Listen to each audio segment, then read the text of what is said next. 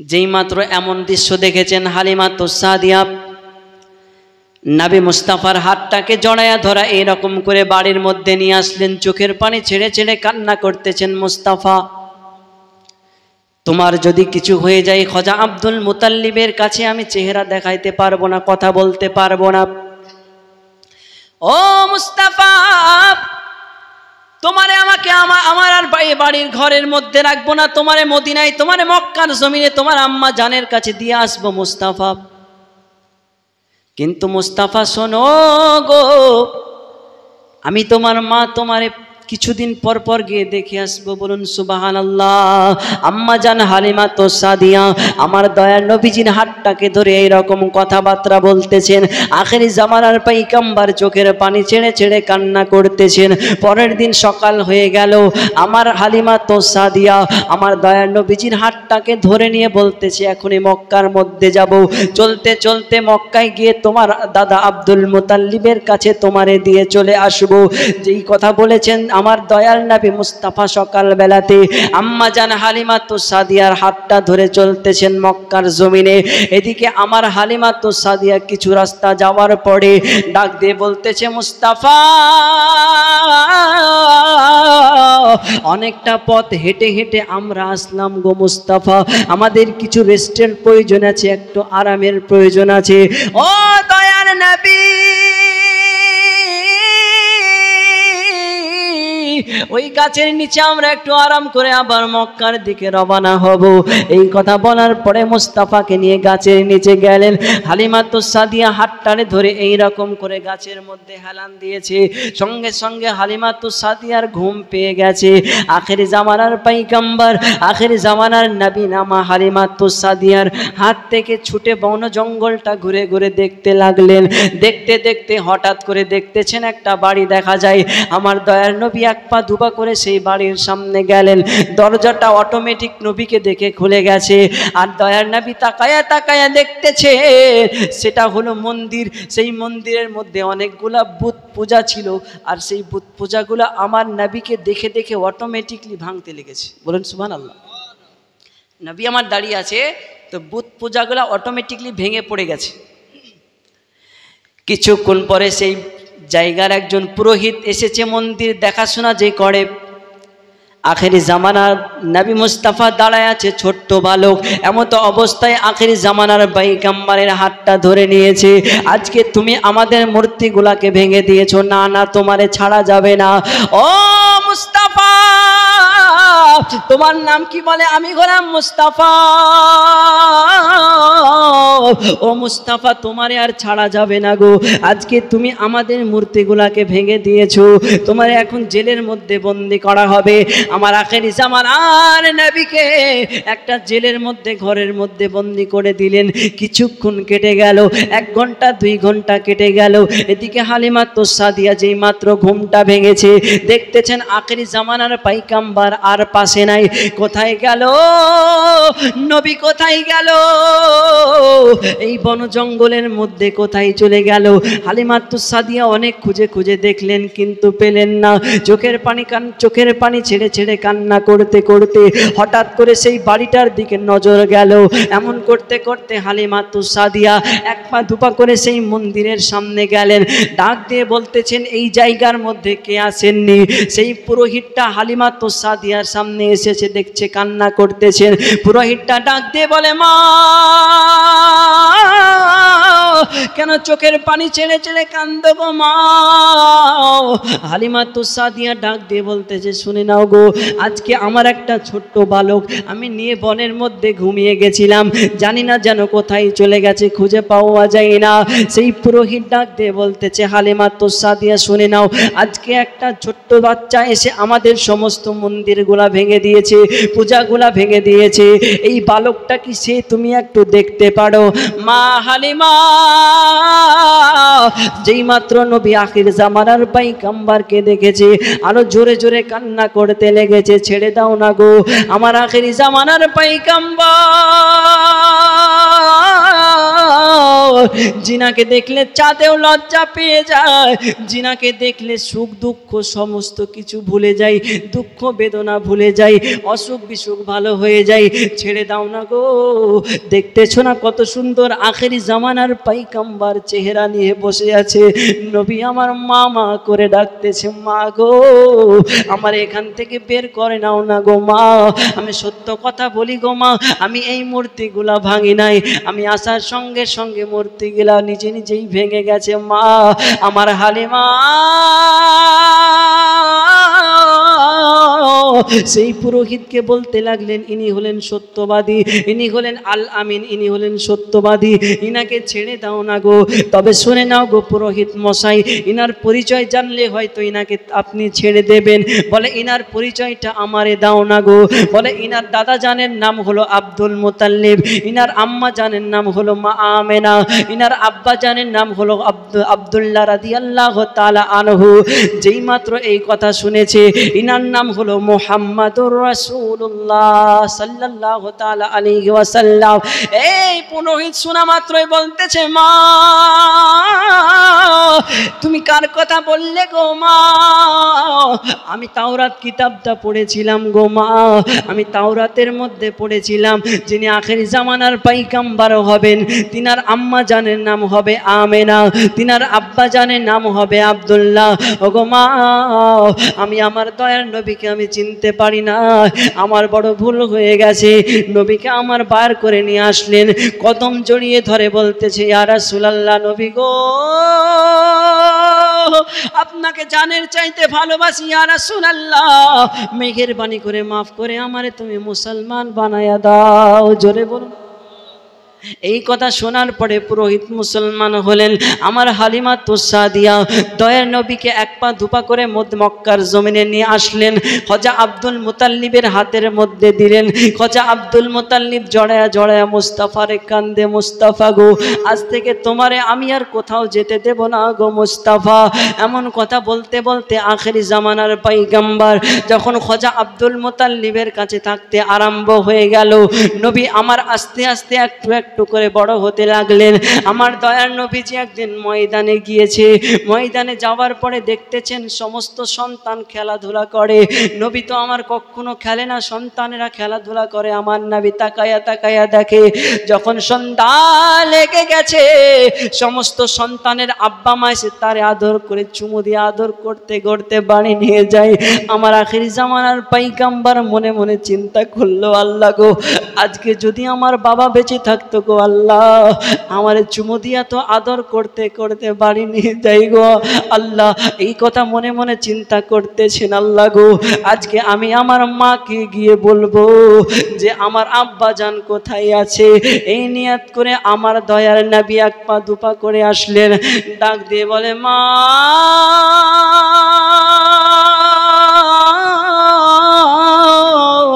ওই বন জঙ্গলের মাঝে ময়দানে আমি দেখলাম গো মা, সন্তানেরা তো খেলাধুলা করতেছে গো মা, তাদের আব্বাজান তার গালে কপালে চুমু দিয়া তো আদর করতে করতে বাড়ি নিয়ে যাই গো মা। মেহেরবানি করে বলো না গো মা আমার আব্বাজান কোথায় আছে গো মা। যেই মাত্র এমন কথা বলেছে, মা আমেনা চোখের পানি ছেড়ে ছেড়ে কান্না করে জড়ায়া ধরে, মুস্তাফা তুমি হঠাৎ করে কেন এমন কথা বলেছো মা? আজকে আমি দেখলাম সমস্ত সন্তানের আব্বাজান তার চুমুর দিয়া আদর করতে করতে বাড়ি নিয়ে যাই গো মা। আমার তো আব্বাজানের কথা মনে পড়ে গো বাবা। এই দেখে একটা কথা খেয়াল রাখবেন, কত যুবকের বাবা চলে গেছে, যার বাবা নাই তার মাথার ছাদ নাই, যার বাবা নাই তার গাছ নাই। এই বাবা কি জিনিস জানেননি? বাবা থাকলে সমস্ত কিছু আছে, আর বাবা থাকলে আমাদের কিছুই নাই। বাবার মায়া কত মায়া, বাবা সন্তানকে কত ভালোবাসে। সন্তান যদি ডাক দেয়, আব্বা গো একটা ফল খেতে আমার ইচ্ছে হয়েছে, আব্বা বলে সন্তান কষ্ট হলে ফল এনে দেয়। কিন্তু যার বাবা নাই, হাজারবার বললেও আব্বাজান জীবনেও ফল এনে দিতে পারে না, কেননা তার আব্বাজান নাই গো। এই দুনিয়া থেকে আব্বা চলে গেছে, না জানি কত জনের বাবা নাই এই দুনিয়া ছেড়ে অন্ধকার কবরের মধ্যে চলে গেছে গো। বাবার মায়া, বাবার ভালোবাসা কেমন জানেননি? ছোট্টবেলাতে যখন আমি মাদ্রাসায় পড়াশোনা করতাম, আমার আম্মাজান আমারে বলল, সন্তান রে, তোমার আব্বাজানকে তুমি খাবারটা দিয়ে এসো, মাঠে ময়দানে কাজ করে। মায়ের কাছ থেকে খাবারটা নিয়ে আব্বার কাছে যায়। আমি দেখলাম আমার আব্বাজান কোমরে একটা গামছা বাঁধিয়া মাঠে ময়দানে কাজ করে, মাঠে ময়দানে কাজ করতেছে। এত রোদ্রের মধ্যে আব্বাজানের চেহারাটা উস্কো শুষ্কো কালো হয়ে গেছে, মলিন হয়ে গেছে। আব্বা গো, মা তোমার জন্য খাবার পাঠিয়েছে, খাবারটা খেয়ে নাও না গো।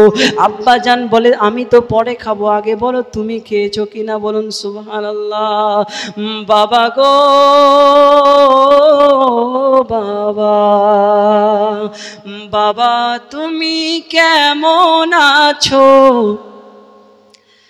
ছোট্ট মাটির ঘরে তোমার কথা হৃদয় মাঝে পড়ছে বারে বারে। বাবা গো বাবা, বাবা গো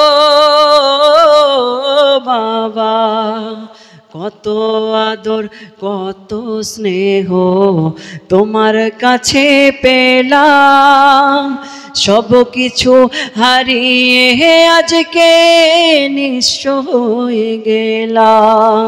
কত আদর কত স্নেহ তোমার কাছে পেলাম, সব কিছু হারিয়ে আজকে নিঃস্ব হয়ে গেলাম। কেমন আছো বাবা তুমি? বুকটা যে যাই চিরে, ভালোবাসি বাবা তোমায়, বুকটা যে যাই চিরে। তোমার কথা হৃদয় মাঝে পড়ছে বারে বারে। বাবা গো বাবা,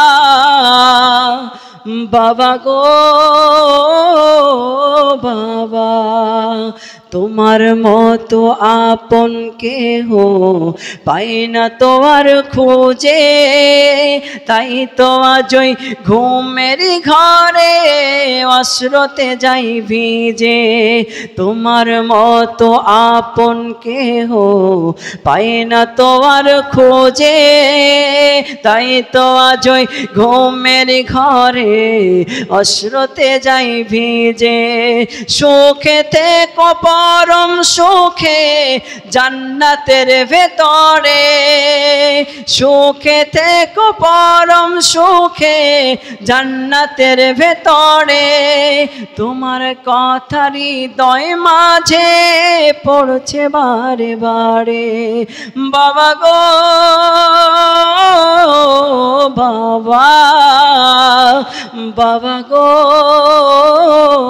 বাবা, আল্লাহুম্মা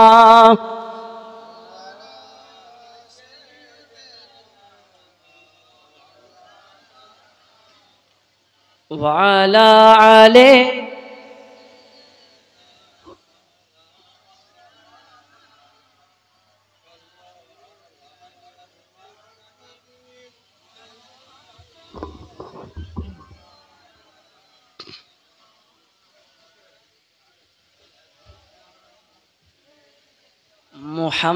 मुहम्मद हरदम ज़बान।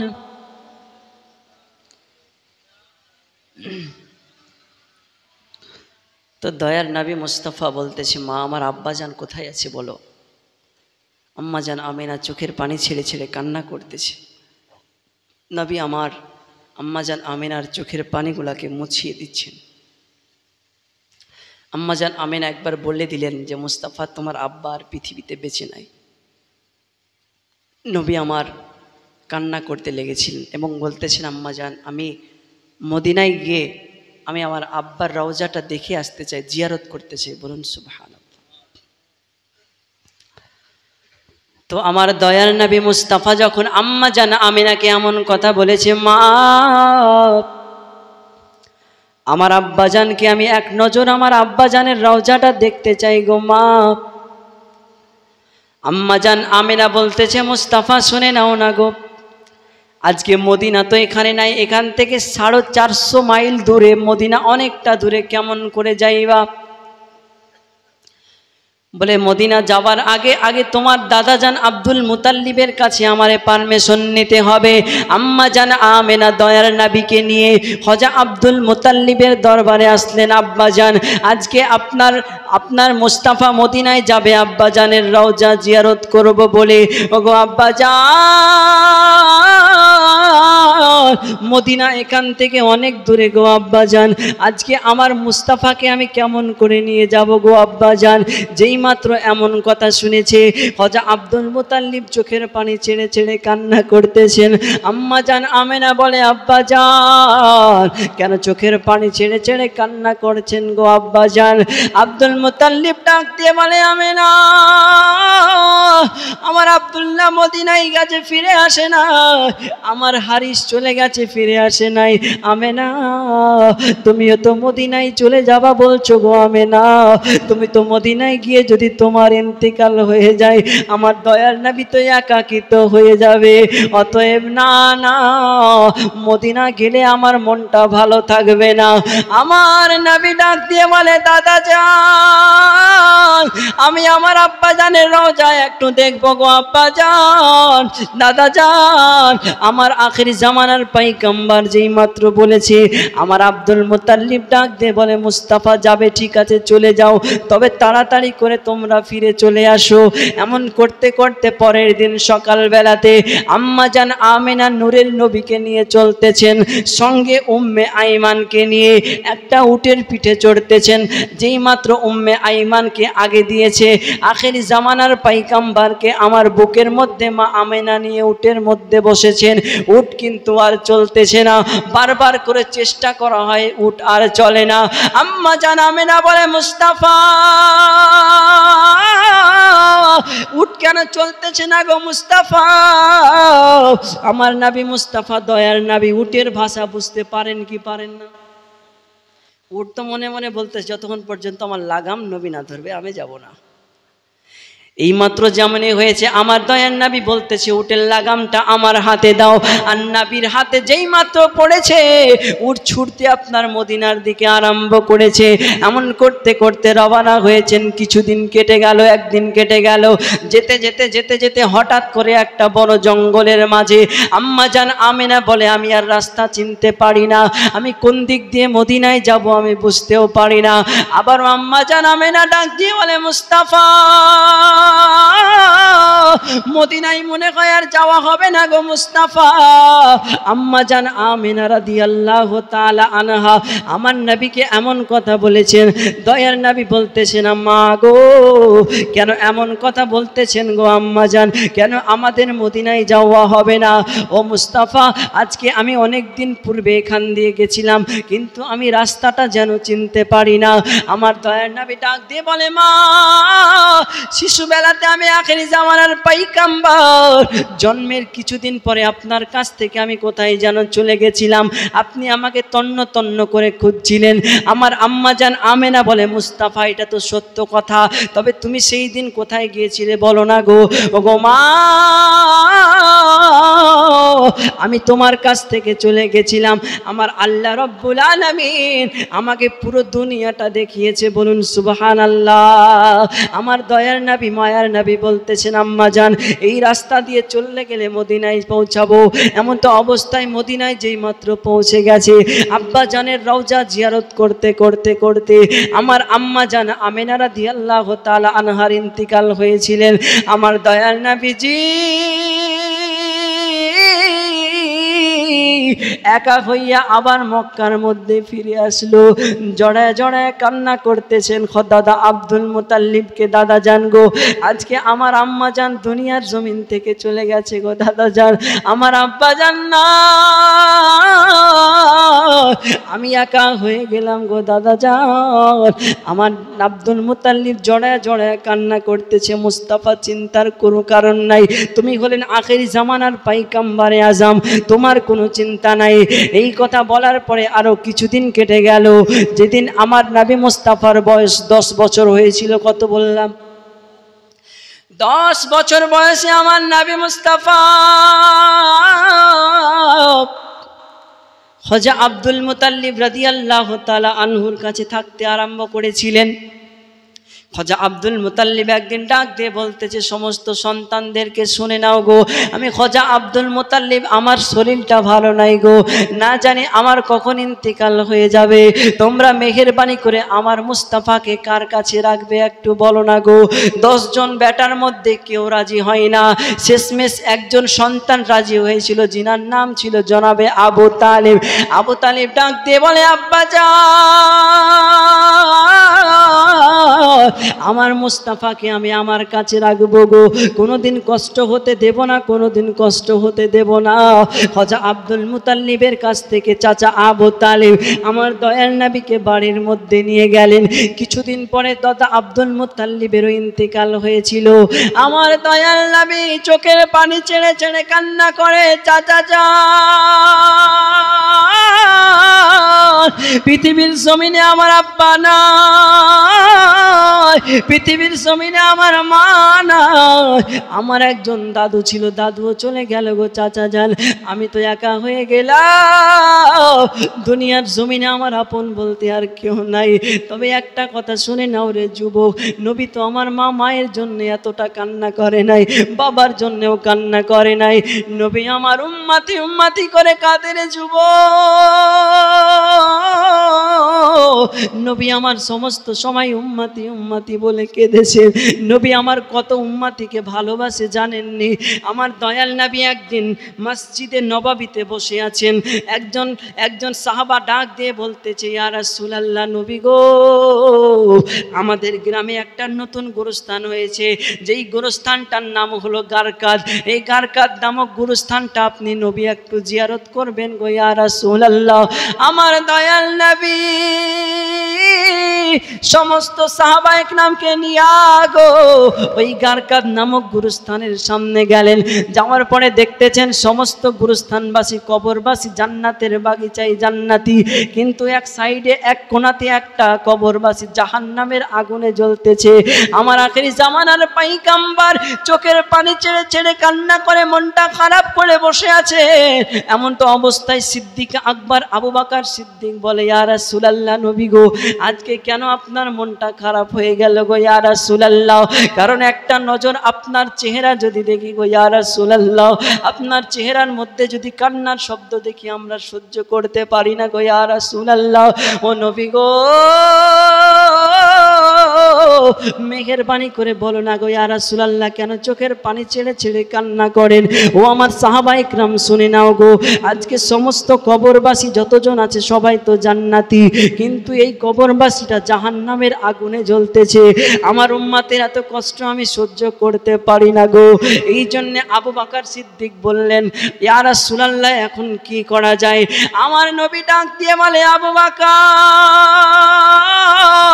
সমস্ত কবরবাসীদের আত্মীয় স্বজনদেরকে জানায়া দাও, যার বাবা নাই, যার মা নাই, যার সন্তান নাই গো, আপন আপন কবরবাসীর সামনে আপন আপন ব্যক্তি এসে দাঁড়ায়া যাবে। যার বাবা নাই সন্তান এসে দাঁড়াবে, যার মা নাই তার মায়ের কবরের পাশে সন্তান দাঁড়াবে।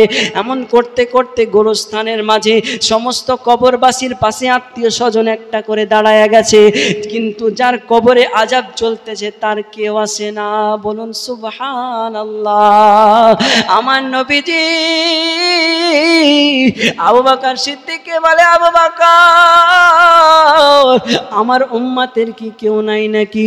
আমার উম্মত কেন আগুনের মধ্যে জ্বলতেছে? আমার উম্মতের কি আত্মীয় স্বজন নাই নাকি? সিদ্দিক আকবর বলে, ইয়া রাসূলুল্লাহ, সেটা বোঝা যায় না। এদিকে একজন মা জননী লাঠি লইয়া লইয়া লইয়া লইয়া সন্তানের কবরের পাশে দাঁড়ায় গেছে। আমার নবী ডাক দিয়ে বলে, মা, এই কবরবাসী তোমার কে লাগে গো মা? মা জননী ডাক দিয়ে বলতেছে, ইয়া রাসূলুল্লাহ, নবী গো, এই কবরের মধ্যে যে সন্তানটা শুয়ে আছে এটা আমার সন্তান গো ইয়া রাসূলুল্লাহ। এই সন্তানটা তোমার কে লাগে? বলে, এটা আমার সন্তান গো ইয়া রাসূলুল্লাহ। তবে তোমার সন্তান কেন জাহান্নামের আগুনে জ্বলতেছে বলো না গো ইয়া রাসূলুল্লাহ। আমার সন্তানটাকে আমি কত কষ্ট করে মানুষ করলাম, 9 মাস পেটের মধ্যে রেখেছি ইয়া রাসূলুল্লাহ। পেটের মধ্যে লাথি মেরে আমার রুচি কেড়ে নিয়েছে ইয়া রাসূলুল্লাহ। পেটের মধ্যে লাথি দিলে আমার ঘুম ভেঙে দিয়েছে গো ইয়া রাসূলুল্লাহ। পেটের মধ্যে লাথি দিলে আমি অজ্ঞান হয়ে গেছি গো ইয়া রাসূলুল্লাহ। এত সন্তানকে কষ্ট করে লালন পালন করে দুনিয়ার মধ্যে পালন করেছি গো ইয়া রাসূলুল্লাহ। সন্তান যদি ডানে পেশাব করে দেয় বামে নিয়েছি, সন্তান যদি বামে পেশাব করে বুকের মাঝে নিলাম ইয়া রাসূলুল্লাহ। আমার সন্তানটার আমি এত কষ্ট করে লালন পালন করেছিলাম গো নবী, আমি নিজে না খাইয়া আমার সন্তানকে খাওয়াইছিলাম গো ইয়া রাসূলুল্লাহ। ও নবী গো, আমার সন্তানটা আমার একদিন লাথি মেরেছে গো নবী, আমি আম্মা জান সহ্য করতে পারি নাই বলে আল্লাহর দরবারে দোয়া করেছিলাম, আল্লাহ গো, আমার সন্তানটানে তুমি জাহান্নামী বানায় দাও না গো আল্লাহ। আল্লাহ রব্বুল আলামিন আমার দোয়াকে কবুল করে আমার সন্তানকে জাহান্নামী বানিয়েছে। বলুন সুবহানাল্লাহ। যে মাত্র আমার নবী ডাক দিয়ে বলে, মা, তোমার সন্তানটা আগুনের মধ্যে জ্বলতেছে, তুমি কেন এত খুশি হইলা? সেই মা জননী ডাক দিয়ে বলতেছে, ইয়া রাসূলুল্লাহ, নবী গো, আমি তো হলাম একজন গুনাহগার আম্মা জান, আমি হলাম গুনাহগার ইয়া রাসূলুল্লাহ। আমি গুনাহগার আল্লাহ তাআলার বান্দি, আমি গুনাহগার বান্দির দোয়া আমার আল্লাহ কবুল করেছে, এই জন্যে আমি খুশি হয়ে গেছি। আমার সন্তানটা জাহান্নামী হয়ে গেছে, আমার আল্লাহ আমার দোয়া কবুল করেছে ইয়া রাসূলুল্লাহ। আমার সন্তান জাহান্নামের আগুনে জ্বলতেছে, আমার কিছু যায় আসে না। আমার আল্লাহ রব্বুল আলামিন আমার দোয়াটা কবুল করেছে, এটার জন্য আমি খুশি। মা জননী সন্তানের কষ্ট দেখে চোখের পানি ছেড়ে ছেড়ে কান্না করে না। যেমনই এমন কথা বলেছে আখির জামানার পয়গম্বর, চোখ দিয়ে যেন ঝরঝর করে পানি ঝরতে লেগেছে। কেন?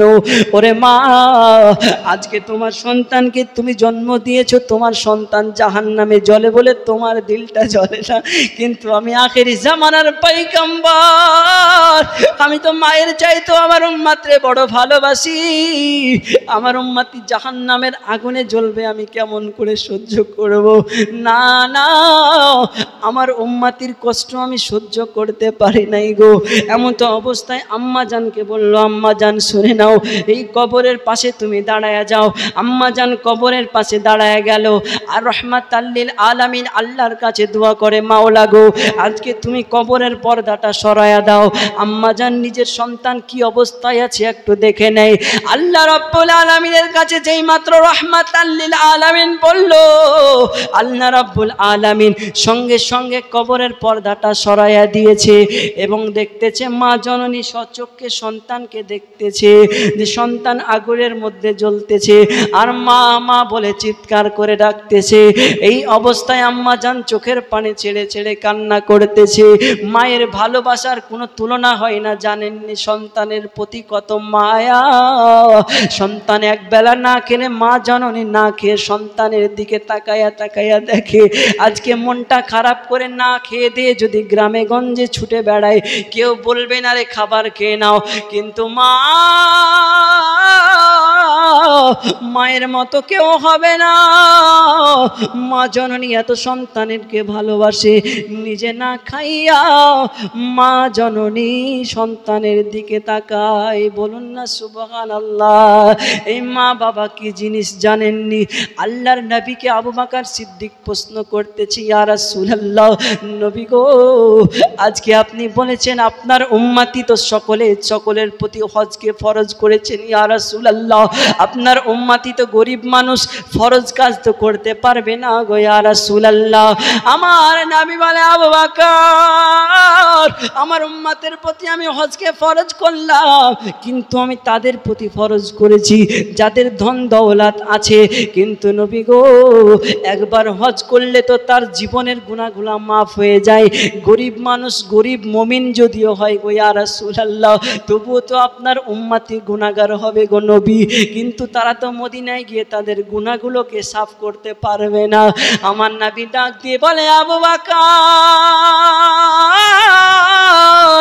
আমি জানি আমার গুনাহগার উম্মতি গরিব মানুষ, তারা তো মদিনায় যেতে পারবে না, কিন্তু আমি রহমাতাল লিল আলামিন বলে দিয়ে গেলাম, তারা যদি তার আব্বু আম্মুর দিকে একবার তাকায়া দেখে, এটা হলো আমার আব্বার চেহারা, এটা হলো আমার আম্মার চেহারা, তো আল্লাহ রব্বুল আলামিন তাকে কবুল হজের সমান নেকি দান করবে। বলুন সুবহানাল্লাহ।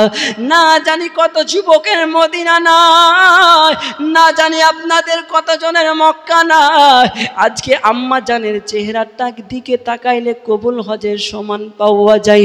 মায়ের মতো কেউ হবে না, বাবার মতো কেউ হবে না। আখেরি জামানার পাইগাম্বার বলে, মা দেখো তোমার সন্তানটা জাহান্নামের আগুনে কেমনে ছটপট করতেছে। মা চোখের পানি ছেড়ে ছেড়ে কান্না করতে লাগলো। আমার দয়ার নবীজি যেই মাত্র দোয়া করেছেন, সেই উম্মতিটা জাহান্নাম থেকে জান্নাতি বানায়া দিয়েছে। বলুন সুবহানাল্লাহ। আমার দয়াল নবীজি আবু তালিবের বাড়িতে থাকতে আরম্ভ করে দিয়েছে। দিনের পরে দিন চলে যাচ্ছে, রাতের পরে রাত চলে যাচ্ছে। আবু তালিবের বাড়িতে আমার নবী মুস্তাফার বয়স যখন 12 বছর হয়ে গেছে, একদিন আবারও আমার দয়াল নবী ময়দানে খেলা দেখার জন্য গেছে। আবারও একই ব্যাপার, সমস্ত সন্তানের বাবা মা চুমু দিয়া তারে আদর করতে করতে বাড়িয়ে দিয়ে যায়, কিন্তু রহমাতাল লিল আলামিনের তখন বাবা ছিল না। এখন তো আম্মা জানো না, নবী আমার চোখের পানি ছেড়ে ছেড়ে কান্না করতেছেন। আজকে গিয়ে আমার চাচি আম্মাকে আমি মা বলতে বলবো। এইদিকে আমার রহমাতাল লিল আলামিন এক পা দুপা করে গুটি গুটি পায়ে আসলেন আমার জনাবে আবু তালিবের বাড়িতে। চাচি আম্মা যান সামনে বসে আছেন। চাচি আম্মাকে ডাক দিয়ে বলে, মা আজকে আমি দেখলাম ময়দানে সমস্ত সন্তানের বাবা মা তারে আদর করে চুমু দিয়ে আদর করতে করতে নিয়ে যায়। চাচি আম্মা গো, আজ তো আমার বাবা নাই, আমার আম্মা জান নাই গো, আমার কেউ আদর করার মতো নাই গো চাচি আম্মা জান। তবে চাচি আম্মা শোনো, আমি আপনার কাছে একটা জিনিস চাইবো গো মা। চাচি আম্মা বলে, মুস্তাফা কি চাও বলো না গো। মুস্তাফা চোখের পানি ছেড়ে অজর নয়নে কান্না করে। চাচি আম্মা জান, আপনার কাছে একটা জিনিস চাই গো চাচি আম্মা জান। চাচি আম্মা ফাতেমা বিনতে আসাদ বলে, মুস্তাফা যা চাইবা তাই দেব, জান চাইলে জান দেব, টাকা চাইলে টাকা দেব। ও চাচি আম্মা, আমি একবার যখন ময়দানে গেলাম তখন আমার বাবা ছিল না। আমি আমার মাকে বলি, বাবা কোথায় গেল? মা তখন কান্না করতে করতে বলেছিল, মদিনায় আছে বাবা। মাকে নিয়ে মদিনায় গেলাম, মা যেন ইন্তেকাল হলো গো চাচি আম্মা। আজকে তোমারে আমি একটা কথা বলি গো মা। চাচি আম্মা বলে, মুস্তাফা তুমি কি চাও বলো। ও চাচি আম্মা যান, আজ থেকে আপনাকে আমি আর চাচি বলে ডাকবো না, আপনি আমাকে একটু মা বলার সুযোগ করে দিন না গো। আজকে আপনাকে দেখলে আমার মায়ের কথা স্মরণে হয়ে যায় গো মা। ও চাচি আম্মা জান, আজ থেকে আপনাকে আমি মা বলে ডাকবো। চাচি আম্মা জান ফাতেমা বিনতে আসাদ রাদিয়াল্লাহু তাআলা আনহু মুস্তাফাকে জড়ায়া জড়ায়া কান্দে, মুস্তাফা আজ থেকে তুমি আমাকে মা বলে ডাকবা। আজ থেকে তোমাকে আমি সন্তানের মতো লালন পালন করব মুস্তাফা। আমার দয়াল নবীজি এক পা দুপা করে বড় হতে লেগেছেন। আমার নবী মুস্তাফার যখন 14 বছর হয়েছে, বাড়ির মধ্যে কোনো খাবার নাই, দাবার নাই। আবু তালিব গরিব মানুষ, এমন তো অবস্থায় মনে মনে চিন্তা করতে লেগেছে, আজকে আবারও মুলকে সামে যাব একটা ব্যবসা করার জন্যে, কিছু ব্যবসা কিছু টাকা পয়সা নিয়ে আসবো এই বাড়ির মধ্যে গো। এই কথা বলতে বলতে বলতে বলতে কাফেলার মানুষের সঙ্গে কথাবার্তা বলার পরে আসার পরে মা ফাতেমা বিনতে আসাদকে বলতেছে, বিবি রে, আজকে বাড়ির মধ্যে কোনো খাবার নাই, দাবার নাই, আমি আবু তালিব একটু ব্যবসাতে যাব মুলকে সামে, আমার সামানগুলো তুমি একটু সাজায়া দাও। প্রাণের বিবি ডাক দিয়ে বলে, স্বামী গো, হঠাৎ করে কেন মুলকে সামে চলে যাবেন? মা আমেনা ফাতেমা বিনতে আসাদ রাদিয়াল্লাহু তাআলা আনহা তিনার স্বামীর সঙ্গে কথাবার্তা বলতেছেন। এমন তো অবস্থায় আমার দয়ার নবী আসলেন ফাতেমা বিনতে আসাদ রাদিয়াল্লাহু তাআলা আনহার কাছে। ওগো মা, আমি ঘর থেকে লুকায়া লুকায়া শুনলাম গো মা, আমার চাচা জান যাবে মুলকে সামে ব্যবসা করার জন্য মা। ওগো মা, আমার চাচার সঙ্গে আমি মুলকে সামে যাব, ব্যবসা করার জন্য আমি যাব, আপনি আমার চাচাকে একটু বলে বুঝিয়ে দিন না গো। এমন তো অবস্থায় মা ফাতেমা বিনতে আসাদ রাদিয়াল্লাহু তাআলা আনহা মুস্তাফাকে নিয়ে যাওয়ার জন্য জনাবে আবু তালিবকে বললেন, মুস্তাফাকে নিয়ে যাও না গো, মুস্তাফাকে নিয়ে যাও। মুস্তাফা বাইনা করতেছে। জনাবে আবু তালিব বলেন, না না, বাচ্চা মানুষ নিয়ে যাওয়া হবে না, অনেকটা পথ, অনেকটা দূর, কোনো রকমের কোনো ক্ষতিগ্রস্তও হতে পারে। যেই মাত্র এমন কথা বলেছে, আমার দয়াল নবী বারবার করে মিনতি করে, আম্মা জান, আমার চাচার সঙ্গে আমার একটু মুলকে সামনে পাঠাইয়া দাও না গো। এই যেই মাত্র এমন কথা বলল, ফাতেমা বিনতে আসাদ রাদিয়াল্লাহু তাআলা আনহা তার প্রাণের স্বামীকে বলতেছে, স্বামী গো, মুস্তাফা তো বারবার করে বাইনা করতেছে, মেহেরবানি করে তারে নিয়ে যাও না গো। ফাতেমা বিনতে আসাদ রাদিয়াল্লাহু তাআলা আনহার কথা শুনে দাদা চাচা আবু তালিব মুস্তাফাকে নিয়ে যাওয়ার জন্য রাজি হইয়া গেলেন। যেই মাত্র রাজি হয়েছেন, এবার নবীজির সামানগুলা গুটিয়ে দেয়। এমন তো অবস্থায় তার পরের দিন সকালবেলায় বের হয়েছে আমার দয়ার নবী মুস্তাফা, সঙ্গে আবু তালিবকে নিয়ে উটের ওপরে আমার দয়াল নবী একা একা চলতেছে। এইভাবে চলতেছে, আসমানের মেঘমালা এসে আমার দয়াল নবীকে ছায়া দিতেছে। বলুন সুবহানাল্লাহ। বিরহে দিল পুড়ে চারখার, যে আমার ইয়া রাসূলুল্লাহ। সুবহানাল্লাহ বলে। বিরহে দিল পুড়ে চারখার, যে আমার ইয়া রাসূলুল্লাহ, আমার কেউ নাই তুমি ছাড়া, সাহারা ইয়া রাসূলুল্লাহ। বিরহে দিল পুড়ে চারখার, যে আমার ইয়া রাসূলুল্লাহ, আমার কেউ নাই তুমি ছাড়া, সাহারা ইয়া রাসূলুল্লাহ। কত জনে দেখে তোমায়, কলিজা শীতল হয়ে যায়,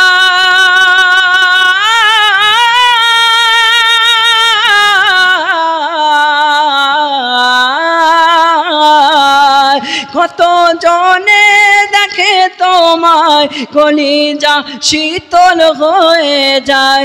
আমাকে দাও না দিদার একেবারে ইয়া রাসূলুল্লাহ, আমাকে দাও না দিদার একেবারে ইয়া রাসূলুল্লাহ, আমার কেউ নাই তুমি ছাড়া, সাহারা ইয়া রাসূলুল্লাহ। শুধু একবার দেখিতে চাই জীবনে, আর যে চাওয়া না,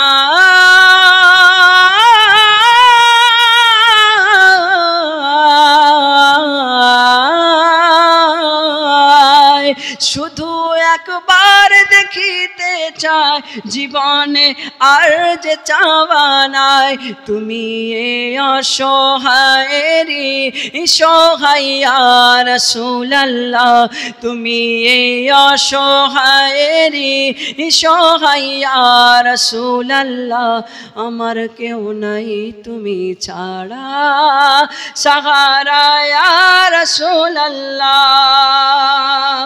মুলাকাতের আশা বুকে নিয়ে মরি ধুকে ধুকে, তুমি যে শাফায়াতকারী হাসরে ইয়া রাসূলুল্লাহ। এসব উঠাউঠি করছেন কেন গো? বিড়ি মিড়ি টানতে যাবেন নাকি? হ্যাঁ, এ মা বোনেরাও মনে হয় বিড়ি মিড়ি টানতে যাচ্ছে বারবার। এত উঠাউঠি গেলে ভাল লাগে? গল্প তো করছেন বাড়িতে, ঘুমাবেনই তো, প্রতিদিন তো ঘুমান। এই মেহফিল যদি কবুল হয় তো বেড়া পার হয়ে যায়, বুঝতে পারলেন? আমাদের মধ্যে কিছু কিছু একটা ছোটোখাটো আমলের জন্যেও মানুষ জান্নাতে যাবে। যেমন একটা বলি, নামের কারণেও জান্নাতে যাবে। মুসা আলাইহিস সালামের জামানাতে একজন গুনাহগার, তিনি মদ পান করতেন, জিনা করতেন, সমস্ত কিছু করতেন। তো দুনিয়াতে তিনার ঘোষণা হয়েছিল তিনি হচ্ছে জাহান্নামী। তো মরার পরে তিনি জান্নাতি। তো মুসা আলাইহিস সালাম বলতেছে, আল্লাহ, এই ব্যক্তি তো জাহান্নামী ছিল, মদ গাঁজা সব কিছুই খেত, তো জান্নাতি কিভাবে হলো? তো আল্লাহ রাব্বুল আলামিন বলছে, মুসা কালিমুল্লাহ, এই ব্যক্তি জান্নাতি হয়েছে শুধুমাত্র একটা কুকুরকে পানি পান করানোর জন্য। বলুন সুবহানাল্লাহ। তো এমন ছোট্টখাট্ট আমলের কারণে আল্লাহ রাব্বুল আলামিন আমাদের জীবনের গুনাহগুলোকে মাফ করে দিতে পারে, বুঝতে পেরেছেন? কিন্তু সবচাইতে বড় সমস্যা হলে আমরা আল্লাহ থেকে অনেক দূরে চলে গেছি। আল্লাহ আমাদের কত সুযোগ সুবিধা দিয়েছে জানেন? আল্লাহ রাব্বুল আলামিন বলতেন, ফাজকুরুনি আযকুরকুম ওয়াশকুরুলি ওয়ালা তাকফুরুন। বান্দা, আমি আল্লাহকে যদি তোমরা একবার ডাকো, আমি আল্লাহ রাব্বুল আলামিন তোমাদের 10 বার সাড়া দিব। সুবহানাল্লাহ। আজকে আমরা আল্লাহ থেকে কত দূরে, কত দূরে, কত দূরে। মসজিদে আজান চলতেছে, আমরা মোবাইল টিপতেছি। মসজিদে আজান চলে, আমরা গল্প করি। মসজিদে আজান চলতেছে, আমরা কথাবার্তা বলতেছি, মারামারি করতেছি। অথচ সাহাবায়ে কিরামের আদর্শ দেখুন। হাবসি বেলাল আজান পড়তো, যেই অবস্থায় থাকতো সেই অবস্থায় আজান শুনতো। বলুন সুবহানাল্লাহ। আজকে আমরা আল্লাহ থেকে কত দূরে। আজানের মধ্যে আমাদেরকে ডাকা হয়, হাইয়া আলাস সালাহ, বান্দা নামাজের দিকে এসো, বান্দা নামাজের দিকে এসো, 2 বার বলা হয়। তবুও আমরা যাই না, কান দিই না। তারপরে আরেকটা শব্দ বলা হয়, হাইয়া আলাল ফালাহ, বান্দা তুমি তোমার কল্যাণে আসো। নামাজের জন্য তো বলা হলো, নামাজের জন্য তো আসলে না, তারপরে বলতেছে তুমি তোমার কল্যাণের জন্য আসো। বলুন সুবহানাল্লাহ। আল্লাহ রাব্বুল আলামিন কত সুন্দর সুযোগ সুবিধা দিয়েছে জানেন আমাদেরকে। যেই মাওলাই পাক আমাদের রহমাতাল লিল আলামিনকে আমাদের মাঝে প্রেরণ করেছে, সবচাইতে বড় ভাগ্যের কথা। আজকে একটা জিনিস খেয়াল করে দেখবেন, আমরা যখন হসপিটালে অক্সিজেন মাস্ক পরতে যাই, হয়তো কারোর শ্বাসকষ্ট হচ্ছে, অক্সিজেন মাস্ক পরি না? তো অক্সিজেন মাস্ক পরতে গেলে টাকা লাগে কি লাগে না বলেন? অবশ্যই টাকা লাগে। কিন্তু আল্লাহ রাব্বুল আলামিন আমাদেরকে ফ্রিতে প্রতিদিনের তরে শ্বাস নিঃশ্বাস দিতেছে। বলেন সুবহানাল্লাহ। আল্লাহ রাব্বুল আলামিন বলে, আমি তো কোনো টাকা নিই না তোমাদের কাছ থেকে। শুধু তাই নয়, আল্লাহ রাব্বুল আলামিন বলতেছে, আজকে তোমরা কত সুন্দর পৃথিবীটা আমি সাজগুজ করাইয়ে দিয়েছি। রাত্রিবেলায় যদি লাইট জ্বালাতে চান